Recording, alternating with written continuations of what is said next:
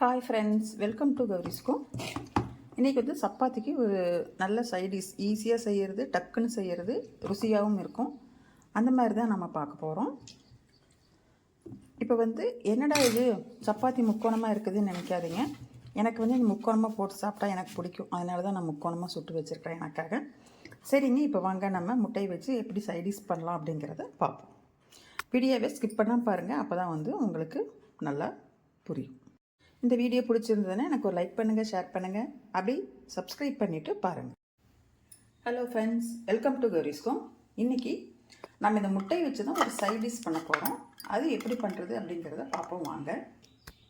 நமக்கு எந்த அளவு எவ்வளோ முட்டை தேவையோ அந்த அளவுக்கு எடுத்துக்கலாம். எனக்கு இன்றைக்கி 2 போதும், அதனால் நான் 2 எடுத்துருக்கேன். வடைச்சட்டி வச்சாச்சு, எண்ணெய் ஊற்றியாச்சு, கல்லெண்ணெய் ஊற்றிருக்கிறேன். அதில் வந்து பட்டை, ஒரு ஏலக்காய், ஒரு 3 கிராம்புங்க, கறி போயிடாமல் அதுக்குள்ளே நீங்கள் வெங்காயத்தை போட்டுக்கோங்க.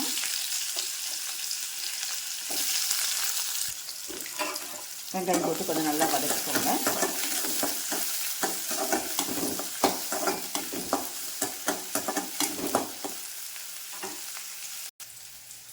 வெங்காயம் வந்து நல்லா வதக்கிக்கோங்க. இந்த அளவுக்கு கலர் மாறினதுக்கப்புறமா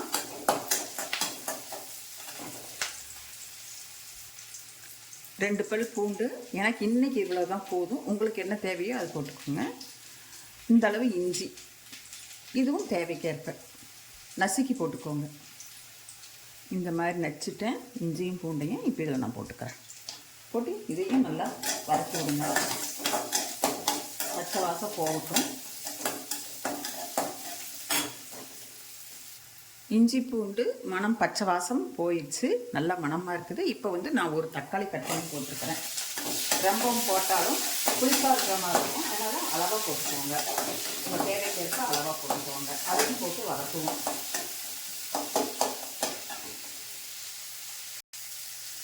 கொஞ்சம் கல்லுப்பு போட்டு வதக்குறேன்.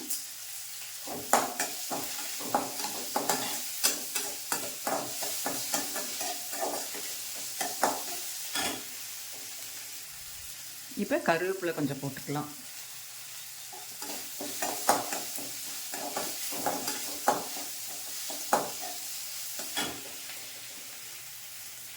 கொத்தமல்லி கொஞ்சம் போட்டுக்கிறேன்.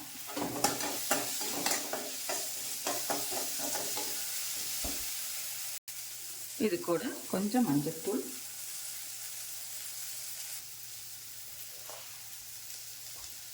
கொஞ்சம் மிளகாத்தூள், காரத்துக்கேற்ப மிளகாத்தூள்,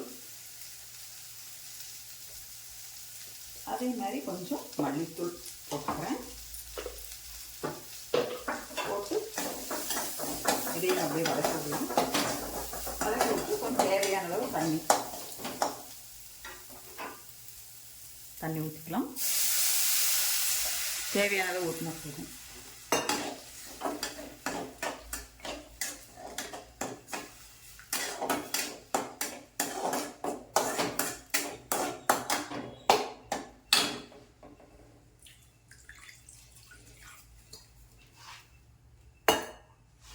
தேவையான அளவு ஊற்றி கொதிக்கட்டும்.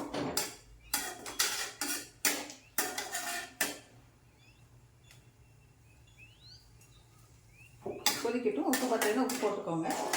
கொதிச்சதுக்கப்புறம் உப்பு பத்தலைன்னா உப்பு, காரம் பத்தலைன்னா காரம் போட்டுக்கோங்க. சப்பாத்தி ஆயிட்டுருக்குது. காலையில் டிஃபன் கொதிச்சிட்ருக்குது. இதில் வந்து இப்போ நம்ம முட்டையை உடச்சி ஊற்றலாம். இப்போ நாம் இதில் முட்டை உடச்சிடலாமா?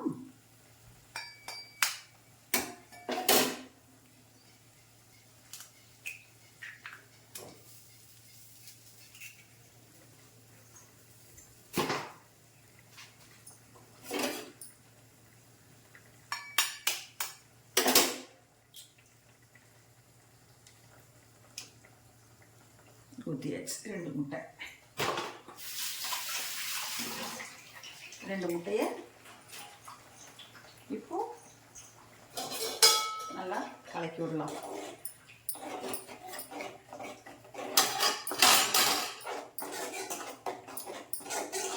அதுக்குள்ள 2 சப்பாத்தி திருப்பி போடணும்.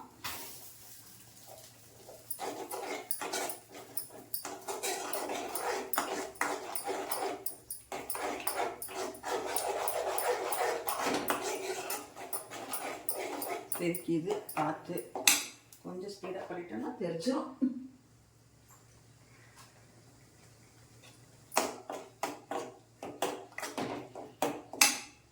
சப்பாத்தி எடுத்துடலாம். சப்பாத்தி எடுத்துருச்சு.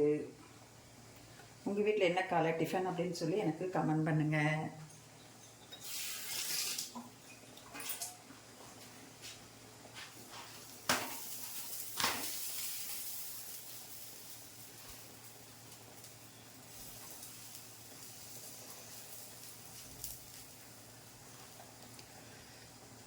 பாருங்கள் இப்படி ஐஸ்கிரீம் பாருங்கள். முட்டை குருமான்னு கூட சொல்லலாம். இது வந்து சப்பாத்திக்கு சைட் டிஷ்ஷுங்க. அவசரத்துக்கு பண்ணுறது இதெல்லாம்.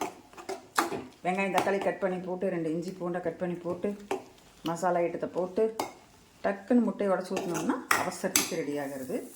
இப்போ இதில் நீங்கள் 2 கொத்தமல்லி தலையும் நீங்கள் போட்டுக்கலாம். கடைசியாக போட்டு இறக்கிக்கலாம். நீங்கள் இதை ட்ரை பண்ணி பார்த்துட்டு எப்படி இருக்குன்னு எனக்கு சொல்லுங்கள்.